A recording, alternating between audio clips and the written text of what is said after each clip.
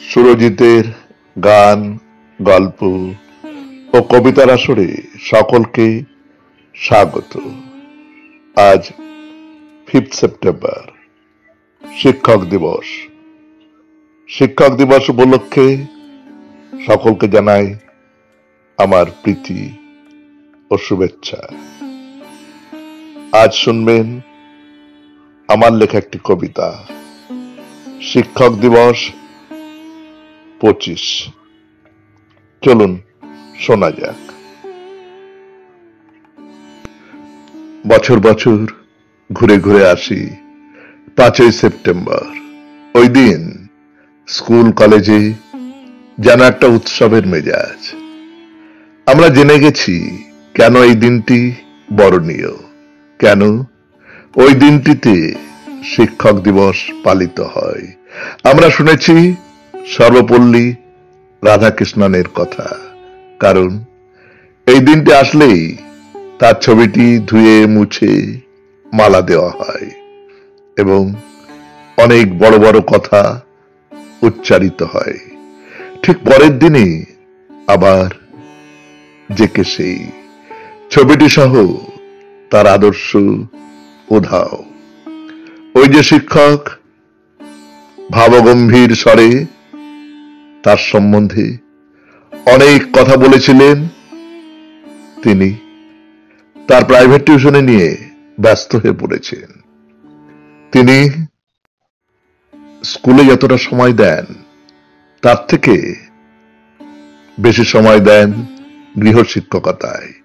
ভুলে যান সরকারি বেতনের কথা।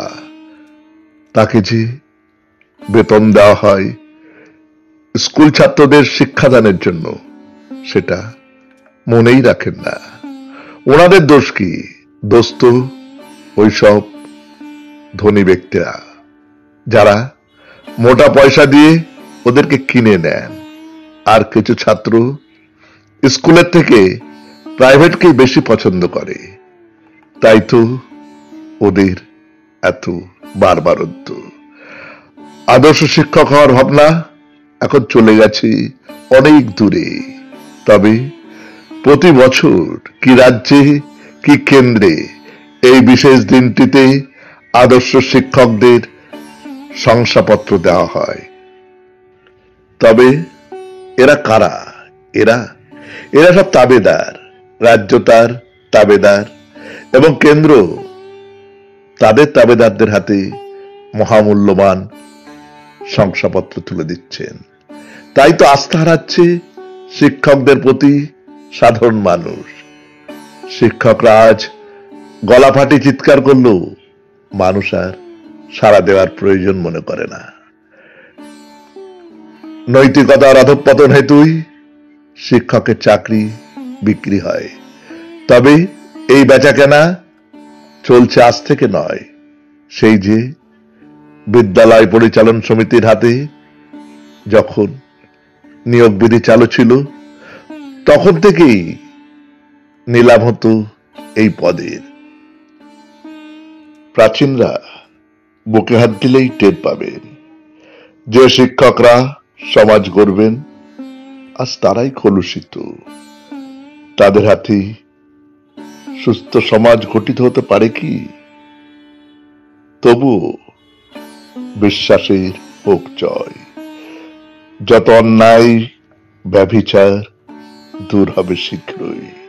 আসবে নূতন দিন নিশ্চয়। নমস্কার। শুনলেন স্বরচিত কবিতা শিক্ষক দিবস 25। কলমে ও কণ্ঠে সুরজিৎ দাস, সেতারে ধ্রুব বাগচি এবং সম্পাদনায় সুরজিৎ দাস।